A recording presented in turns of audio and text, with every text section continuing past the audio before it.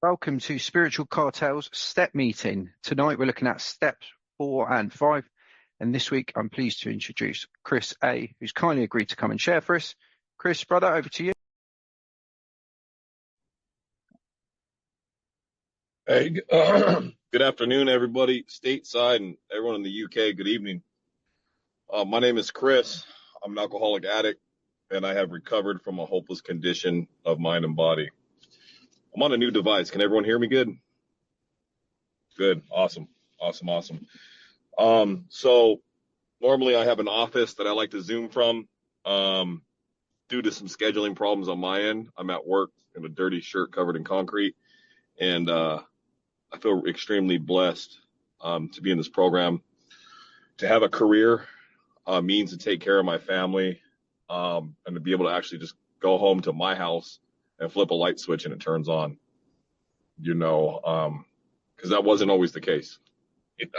So I really think steps 4 and 5 are where this program came alive to me. Because I'd like to tell people I was a chronic relapser, but the truth is I never fully worked the 12 steps. I could get with the mental obsession, I can get with the allergy of the body, but something about that spiritual malady and giving things away to God was just something I couldn't comprehend. I thought I had to deal with my addictions on a level right here, and I had to deal with my addictions on a level right here. And that never made sense to me until I finally started hitting those knees. And I realized right here on page 44, my present day agnosticisms were keeping me from working the steps properly all along. I had been in mainstream AA, mainstream NA for quite some time. And, I won't spend too much time in the experience. I'd like to stay in kind of the topic and the step work. But was in and out of jails and stuff like that, rehabs. Couldn't hold down a job. Had the same career my whole entire life, but I probably worked at every company in my industry.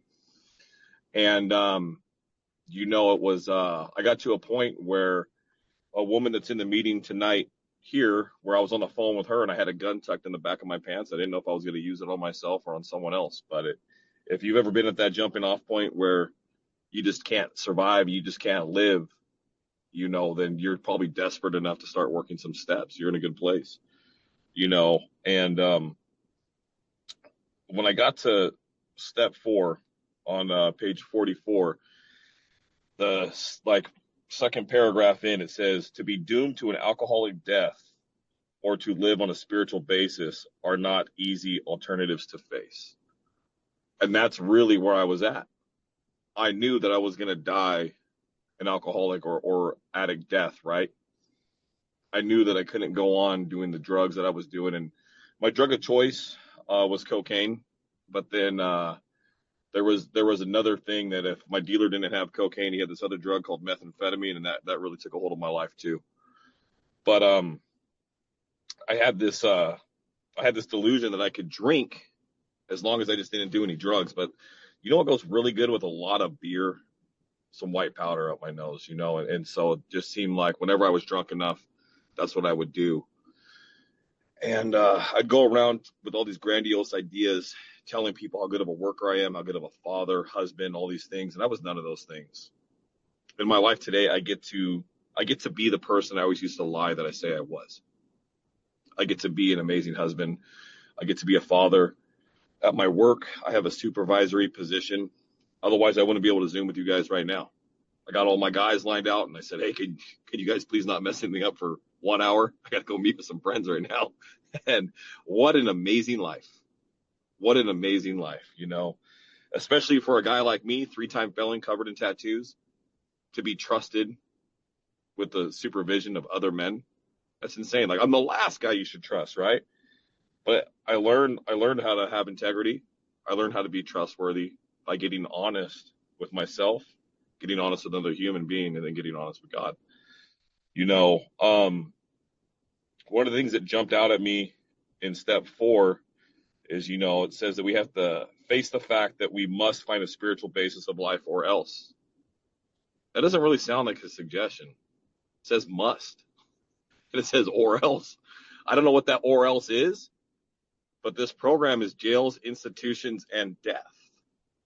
I've done 2 of those quite often. What's the third one? No thanks. Maybe the or else. And so I just decided, you know what? For the first time, I'm going to get a sponsor. And if he says hit those knees, I don't really believe in God, but I'm going to do it anyways. I was raised hardcore Catholic. Today, as I sit in front of you guys, and I don't care what someone's God is, just pick a power greater than yourself and fall in love with it. But I believe in a Christian God. And I don't move my feet until I take things to counsel. I do not make a decision without taking things to my God. And when I first came to this program, step 4 was like, I didn't even read We Agnostics. What for? I grew up Catholic. I believe in God. But the thing was, I was agnostic to the fact that God could actually help me. I was agnostic to the fact that I could actually ask my Creator and He would give things to me. I could ask Him to just remove these character defects. And if I truly believed that He would, then He did. I'm like thinking there was like some huge trade-off or whatever, and I guess there is. I stay active in sponsorship. I stay active in participating in meetings and taking care of all 3 sides of that triangle that I used to just go heavy on 2 sides and ignore the third, right? And that's the trade-off, right? I always felt like I owed my sponsor something. And in reality, how do I owe him anything with what he gave me didn't belong to him in the first place? What I owe is God. This book tells me that, God is going to be my new employer, that He is my principal, that I'm the spearhead of His ever-advancing creation. That's a pretty big position. Can you imagine that on my LinkedIn profile or one of my business cards? I'm the spearhead of His ever-advancing creation. What does that mean? That means when I'm at a meeting and you got that puppy dog look in your eyes, I'm going to come up and say, hey, my name is Chris, and it's going to be okay. How you doing today? And and if you're available on Saturdays at noon, I'll read this book with you because someone did it for me. That's how I pay it back. That's how I pay it back. And when you watch the light spark in someone's eyes, it makes all this worth it. It really does. Step 4 was easy for me. A lot of people balk. If you don't know what balk is, imagine a horse right before the edge of a cliff or a river, you know what I mean? And you're galloping along. You just, seems like a lot of people I sponsor just stop right there. And that was easy because I felt like step 4 was like I was ratting on everybody else. Step 5 was the hard one to tell on myself. And to be able to put things on paper in step 4 and really look at some of these things, it made me feel worse. Thinking that the world wronged me, thinking that I'm the victim or something. In reality, somewhere along the lines, I was the one creating all of it. Somewhere along the lines, I was causing most of these temperaments and behaviors from others with stuff I was doing. Most of the time in my life currently, I'm able to work at 10 and 11 and 12 and get through most things, but I'm not a firm believer in just working the steps once. I work a 4 and a 5 a few times a year if issues are pretty big, because my mind and my soul is like a rubber band. The program is my medicine, and it's almost like my life gets to open up, right? What happens when I stop taking my medicine? I start focusing less on others, and I start focusing more just on me. And to open that back up, it takes step work. I'm not a guy that can just take one spoonful and I'm good. I got to continue taking it. My home group is BBA San Diego. And with the outline of the way they work steps, going through this book line by line, turning statements into questions, having somebody sit down with me and break this book down, going to meetings where, honestly, I didn't want this program. I just wanted to get sober. I didn't know what I wanted. And there were so many knowledgeable people in my home group that I was embarrassed that I didn't know the book. So I would study it line by line, word by word. I'd go to listen to all these podcasts and all these speakers trying to learn everything I could. And it wasn't because I was trying to learn this book. It was because I didn't want to sound like an idiot. And I wanted to be able to quote the book like everyone else. And something happened in the middle of that. I fell in love with the book. It finally made sense to me. It finally made sense. And I thought, what an arrogant thought that I thought I knew more than a successful stockbroker and a doctor. For years, I ignored this book, and I thought, Chris, the construction worker, knows more than these guys. And I'm reading Bill's story one day, and Bill's cruising through the New York hills, northern New York, and he has his probably Lois is probably driving. It's rumored that Lois drove and Bill rode passenger, but he's like got a tent and a bag of books, and he's just going on this wild adventure with his wife, and all his friends told him not to, and he's going anyways. And I thought, man, that sounds like something I would do. That sounds like a wild adventure I would drag my wife on. This poor woman has been with me through court cases, federal indictments, jail, infidelity, verbal abuse, physical abuse. And this woman stood by me through all these things, and I would just drag her through all this stuff, and she'd just blindly jump in with me. And I felt so bad for Lois. She hangs out with this guy, and he's like, has so much potential to be this wonderful person, but his addiction takes a hold. And all of the things don't even matter at that point. All that matters is his drinking, right? And I realized that I'm just like Bill. We get a little further on in the book, and, there's the story about the guy who once owned the car dealership, and now he has to work for it. Well, I sat there and thought I used to be a superintendent on this project, and then one day I was just a plain worker on the same company. And I remember looking at guys that used to work for me, and I work for them. So I know that resentment. In the book, I started to relate to every word in the book, every story in the book, and Fitzmayo, the guy was hiding out in a barn in the beginning of the book, and they had to send a searching party to find this guy. Yeah, I tried to hide from my addiction too. I don't know if any of you have ever spent 2 or 3, 4, 5, 6 days awake. Your mind starts to play tricks on you, and you start to see things, right? I call them the shadow people. I don't know what you guys call them, but right around day 3 of not eating proper and not sleeping proper, it seems like some weird things start to happen, And my wife and children are looking at me while I'm like boarding the house up like zombies are coming. And I don't know if it's the shadow people, the feds, or enemies of mine that maybe I burned them for money or bad deals or whatever, right? And it was just complete paranoia. How embarrassing. I'm supposed to be the head of my household. Instead, I'm like this pathetic, frail man who's like putting things over his windows and putting chairs against doorknobs so the boogeyman can't get inside. You know what? Maybe the boogeyman was out there. Maybe he wasn't. But I found this program in time where I didn't have to find out. I never had to find out. And luckily, I hear so many people that lost their marriages and their things. I didn't. I got to keep my marriage. And I got to make an amends to my wife. I don't believe in a living amends. I made that amends to my wife, and then I do better since then.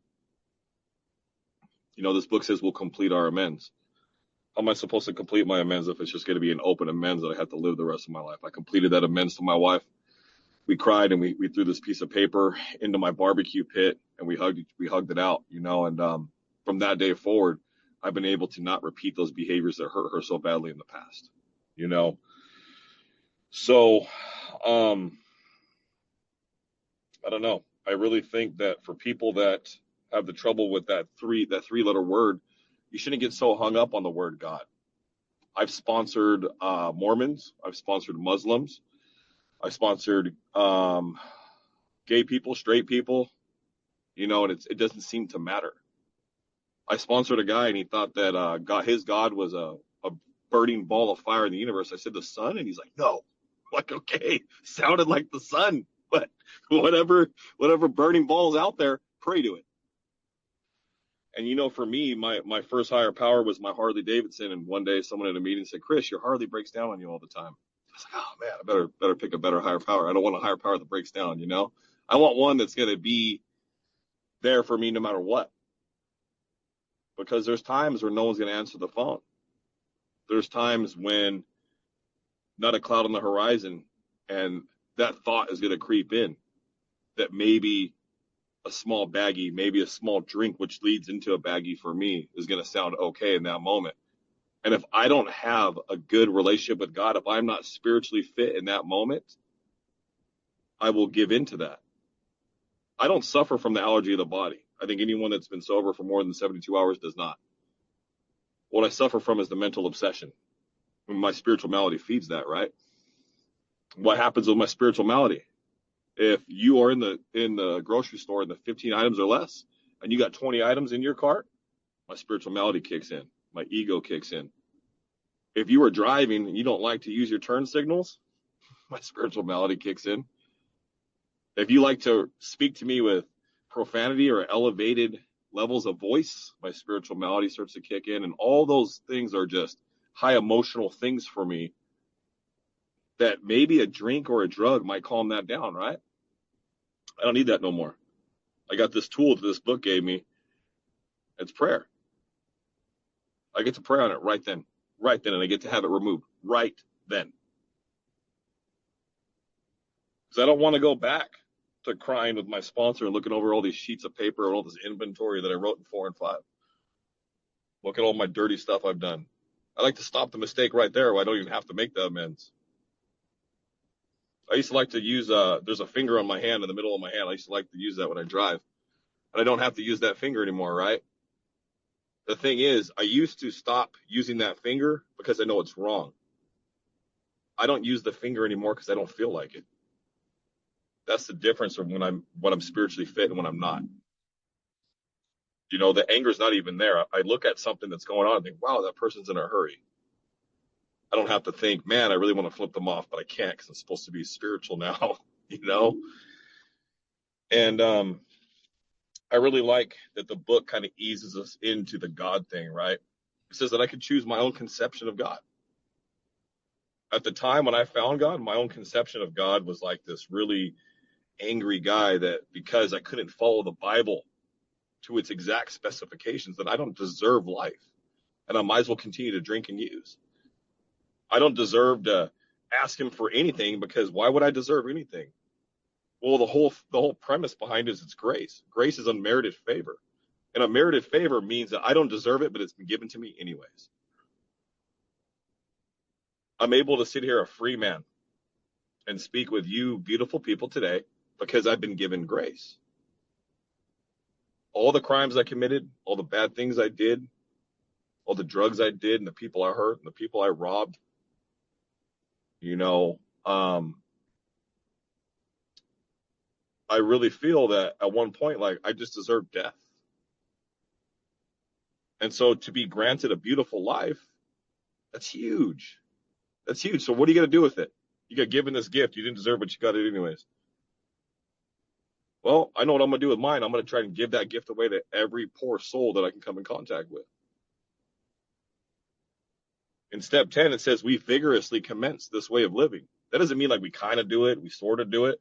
Vigorously means like we're like really trying to do it. We're really getting after it. There's people out there dying every day. We're going to sit back and drink our coffee and, you know, hang out in our meetings and our lives are turning out great. That doesn't mean life's great. Life has problems, right? But the way I view it, I call those gold-plated problems now. My whole truck fell apart last week. The whole front end came off the dang thing, and it's like $7,000 to fix. Though me and my addiction might think that's the end of the world. Me and sobriety, man, well, it's a good thing I didn't crash when it happened. You know, it's like, and you know, at least I'm alive. You know, I never saw it that way. I always saw the world. I'm the center of the world, and the world's always after me. You know, and that's just not really the case nowadays. You know, step 5 is really where things got difficult for me, and how it works opens up with rarely have we seen a person fail who has thoroughly followed our path. Well, you know, in the first edition, it said never have we seen a person fail who has thoroughly followed our path. That gives me some really big hope that if I follow everything you guys do, I might have what you guys have. And I never did that. Step 3 says on your knees. I never got on my knees for nothing. For what? You know what? I get on my knees now. And I don't warn my sponsees. If we're doing a step 3 and we're in Starbucks, we're getting on our knees in Starbucks. If we're on Zoom, we're getting on our knees on Zoom. If this book says write, I write. If this book says ask, I pray. If this book says on your knees, I get on my knees because I want to thoroughly follow the path that's been laid out in front of me. Whatever I thought the boogeyman was waiting for me, trust and believe, he's waiting for me to fall off this program so he can come back out there and hide outside my house and I have to barricade my windows again. You know, I don't want that. I really don't. I want to live in the sunlight of the Spirit. And that means staying honest. That means when I start to accumulate dirt, it's not like I got honest and I'm a perfect human being. I make mistakes, but now I have a program and I have this outline that I can use to get clean again. You know, because no matter how many times I wash this shirt, at the end of my workday, look at it. It's going to look like this. So to be able to clean these things up before they turn worse, that's a gift. That's a gift. Toward the bottom of page 58, it says, if you decided you want what we have and are willing to go to any length to get it, then you're ready to take certain steps. Next to that, my sponsor had me write my name and sign it right there. And I'm too afraid to ever deviate from the process that's been given to me. So every time I sponsor a guy, I make him open up the book and I make him sign it right there. Because remember, if this is something you want, it says that we're willing to go to any length. So when you're about to die, you're willing to go to any length, right? But then life starts to get good and you don't want to spend an hour on a Saturday to read this book with somebody. You don't want to give your phone number out and talk with someone that's less fortunate than you. You don't want to donate some extra time of yours of service to a local meeting so you can keep the doors open and more poor souls can find what we found. That any length, I didn't know what that meant. You know, but I knew it was probably easier than going back to prison. I hope. I didn't know what they were going to ask me to do, but I just figured, man, it's probably easier than where I came from. So I'm just going to sign it. I'm going to do it. You know, one of my biggest fears is that my children were going to turn out the same as me. I have an 18-year-old son, and he just graduated with a 4.6 from high school. I got 2 daughters, and both of them love God. My youngest daughter has never seen me take a drug or drink any alcohol. My 2 older kids, all those poor things, they've seen it all. They've seen domestic violence, they've seen drugs, they've seen alcohol, and I can't take that back. But they've also seen the change in their dad. They know it's possible. You know, I'm afraid my middle child is a little bit too much like me. And hopefully if she strays off too far, then she'll find the same solution that we have. Because God has no grandchildren. God will help my children just like he helped me and just like he helped you. If you truly believe in that sort of thing, you know. Right below that, it says that some of these we bought. We thought we could find an easier, softer way, but we could not. I don't know how many of you, when you finally started getting into some of this inventory, wanted to hold on to some of those things. Maybe you're developing this really strong relationship with your sponsor. You really don't want to tell them that you slapped your wife. You didn't really want to tell them that you had stolen some things from a family member. And you got to pay that. Or you're too stingy and you know he's going to tell you to pay that back. Well, you know what? Until I let go absolutely, my result was nil. My results now are abundant. Whatever I gave away, it came back tenfold. Tenfold. Recently, in sobriety, my whole life fell apart. I owned a business. I had a wonderful career. One of my men passed away on the job. I lost my career that day. My business started failing. My business partner relapsed, and I lost everything. I was about to lose my house and become homeless. I was short a certain amount of cash, and my home group came together, and a bunch of people came together, and they paid for my house, my vehicles, everything to be paid for about 3 months. And I got back on my feet. I got back on my job. And each month I picked one person to pay back. No one would have ever lifted even $1 if they thought I wasn't trustworthy and I was going to always be making my way to make sure I pay that back. I didn't even know how to accept that. I didn't know how to accept such a huge favor from such beautiful people. I work out of state and I get to go home on the weekends. And when I go home on the weekends, I walk into this big, beautiful house that I was able to provide for my wife. And none of that would have been possible without some of the people that stepped in and helped me out. And don't get me wrong, I didn't get sober for the cash and prizes. I got sober because if I kept doing what I was doing, I wouldn't have breath in my lungs anymore.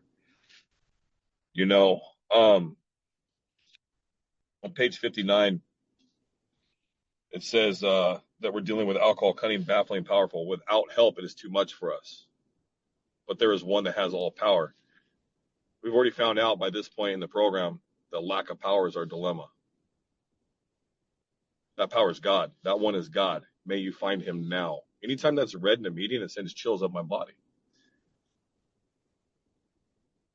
I feel like Bill W. is such a wordsmith with how he put this book together. He says, may you find him now. The next line after that's half measures availed us nothing. How 19 years of relapsing, I didn't hear that half measures part. I couldn't tell you. I couldn't tell you why that had been read so many times, but it meant something different to me when I went through it with my sponsor. It's like it just made sense. My selfishness and wanting to work these steps my own way was just not working. I had to fully commit to these steps if I wanted the results of them. I had to actually do the work. And I hear people say, do the work. What does that even mean? You have to actually read this book. You have to actually write. You have to actually work through some of these traumas with another human being. Why do you think it's you, another human being, and God? Well, I could withhold things from God. I could tell God about it without really telling him about it. When I sit there with another human being, he might talk back and call me out on some of that stuff. Or you know what? He might share something similar and I might think, wow, you did that? Well, listen to my story. This is what I did. It's almost like other religions, I grew up Catholic. What do you think confession was? Me, another human being, and God. And as I started studying other religions, almost every religion has some form of confession and repentance. Steps 4 and 5 are just mine. I was able to find my God and get on good graces with him with this form of confession and repentance, and the repentance doesn't happen until we get to 9 is where we make up for those things. But not to jump ahead, but it's like once it all got out on the table, it just felt better. I don't have to hold on to this dirt, this garbage, the shame, the guilt, the remorse that just made me want to put a pistol in my mouth. I tattooed a noose on the front of my face to remind me of where my disease takes me when it's untreated. And that's a real life story for another time. I can't drive by a magnolia tree and not remember who the hell I really am. I'm a pretty sick individual that was granted another chance at this thing called life. And I found it through the steps of Alcoholics Anonymous. I'm not knocking any other program. And I think some of my family members, I got a lot of criticism that why don't I go to NA or why don't I just... Bill W. took sedatives and drank. He's just like me. I think Bill W. just didn't have as good as cocaine connect as I did, or he would have did that too. Probably would have, I was a biker, so I had access to some pretty good drugs at one point, and I just hated feeling like me. Anything that would change me from feeling like me is what I would do. It really didn't even matter what it was. Cocaine was my thing, but if I went to the bar and you had some pills, I prefer stimulants, but you got some downers, okay. You give me enough downers, now I know I just got to go to the Connect's house and get some uppers to level it out. And if I'm up for too long, I used to do heroin. If I'm up for too long, I knew heroin would put me to sleep, so give me some heroin. Now I'm this person who's controlling when I'm awake, when I'm asleep. And I thought I needed it for work. I thought I needed it to study. I thought I needed it to, I don't know, people that do cocaine and then read books. I did. I got ADD. I can't even get interested in a book without drugs. So for me to get interested in this book sober that's a miracle. And for me to dedicate my whole life to reading this book with others. And every time I read this book, I got a sponsee right now. And this sponsee has quite a bit of time, and as me and her are going through this book, and I've got a lot of criticisms over the years because I've sponsored a few females. Anyways, as we're going through this book, I'm having an experience with this work that I've never had before. I'm reading things that I've never seen before. When really, this is probably the 100th or so person I've sponsored. Every time I go through this work with someone, I find something else about myself. I find myself in your story, in your experience, and going through this work with you. You know, I think when life seems too heavy, going through this step with someone else, I also go through it. The inventory gets lighter and lighter, right? Obviously, like the first time I had inventory, I think probably had like 50 or so sheets filled out front and back. I go through now and I could probably jot it on one paragraph. You know, I still am full of fear at times, and that fear drives some pretty wonky delusions in my life. I got a fear that I'm not good enough at work. I'm always on the verge of being fired. I have a really, really gorgeous, beautiful wife, and I got a fear that she's going to leave me for like a better looking guy one day. You know, I got a fear that I'm not strong enough to protect my family, so I'm like in the gym like crazy, like going nuts, like trying to be bigger, buffer, faster. I think the older a man gets, I don't know if other men struggle with that, but I'm just never going to be as strong as I was in my 20s. You know, and when I really take these things to God, they don't even matter. God lets me know that it's okay, and those fears are removed. The problem is if I don't take those things to God, they seem to manifest into worse and worse things. I start to tell lies to cover them up. Whatever those lies are, I start to turn those into reality, and I forget what's true and what's false.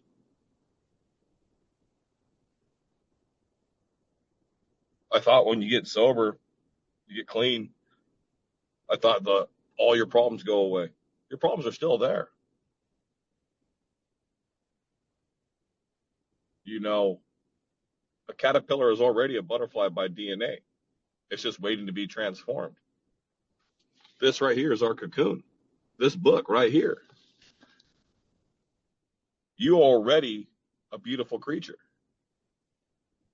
You know, you're just waiting to ask God to transform you into what you shall be, you know? And I really think that when you're in a place, that dark place, you're just starting off, you don't you don't feel like you're anything beautiful. You're still sitting in the pit and in the darkness. So sometimes it's like I almost feel like your job as a sponsor, you're just the hand of God. Your whole job is just to grab someone's hand and then place them in God's hands. I never tell my sponsees what to do or what not to do. I tell them, take it to God. And if you're okay with the consequences, do whatever you want. They learn by their experiences, you know. I go strictly by this book. I don't tell people what to do with their love life or this or that. I might suggest that, hey, maybe you should do some sex inventory before you get into a relationship. They're like, guess what, man? That relationship ended up horrible and I relapsed. It's like, maybe you should do that sex inventory first. Found out who you are. Got healthy enough to actually love yourself so you can love someone else first. Sometimes people gotta experience it for themselves to realize, and I just hope they don't die in the process. You know, for me, the sex inventory is really hard. You know, I got to write a sex ideal, and a sex ideal during this form of step work that we're talking about was that I want to treat my wife. It's very simple and short. I want to treat my wife the way I'd want a man to treat one of my daughters. That was huge. Would I want another man yelling at my daughters that's married to him? No. Would I want another man lying to one of my daughters? No. Would I want a man talk condescending or from on top of some hilltop talking down? No. I would want the man to treat her like a princess. I would want the man, even when she's wrong, to just put her up on this pedestal and just love her for the beautiful princess that she is. So my wife's doing her thing and she's starting. I just sit there and look at her and think, Wow, what a beautiful human being to stay with me when I was so ugly. Thank you, God, for giving this woman to me. And thank you for letting her birth 3 beautiful children for me. And I can look at it completely different. I'm not even mad at whatever's coming out of her mouth. I'm not even mad. And 90% of our arguments, we're able to diffuse them before they turn into an argument. And if I can't, because honestly, I'm not that capable, can't diffuse it and turn it into a loving conversation or something better, I remove myself from it. I go to the gym, I go ride my motorcycle, I go pray, and then I come back to it and I try again. Before I take those things as a personal attack. How dare you? You said what to me? You accuse me of what? Don't you know who I am? You know, I'm supposed to be the head of my household. I'm the one that got this program and this gift and this enlightenment. What am I going to do with that? Love and tolerance is supposed to be my code, and I'm going to use anger and ego instead. Nope. I'm going to remove myself from that situation and revisit it in a loving manner. And if God doesn't talk to me, then I don't open up my mouth. If God doesn't tell me what to say, I can't hear it. And if I can't hear it, I'm probably not ready to hear it. If I can't hear it, I'm still haven't worked it out here yet. And it's blocking me from God. I don't get to be the anger and the grouch anymore. And when I am, I can't hear what God's saying in those moments. I can't hear where the next step is. My life is almost like complete darkness. I got this flashlight, right? And I can only see 2 or 3 feet in front of me. And having faith is taking that step anyways, and more is revealed. Take another step, and more is revealed. And you got all these people around you telling you it's going to be okay. And it is. If you're new in this program, I highly suggest that you grab a hold of someone's hand and have them take you through some step work. I highly suggest that in 4 and 5, you get super honest and find out who you are. I highly suggest that you forgive yourself and you love yourself because you deserve a beautiful life. And we're able to clear the path and find that beautiful life through these 12 steps. From 1939 till now. This is what's been working. I don't want to mess with the formula of what's been working, right? Dr. Silkworth, over 10 years, treated 20,000 people at Towns Hospital. And he said he found nothing more effective than the altruistic movement going on with these men, with the first 100. With 20,000 cases, some of the worst cases in the world, he saw nothing more powerful and effective than this step work, working with others.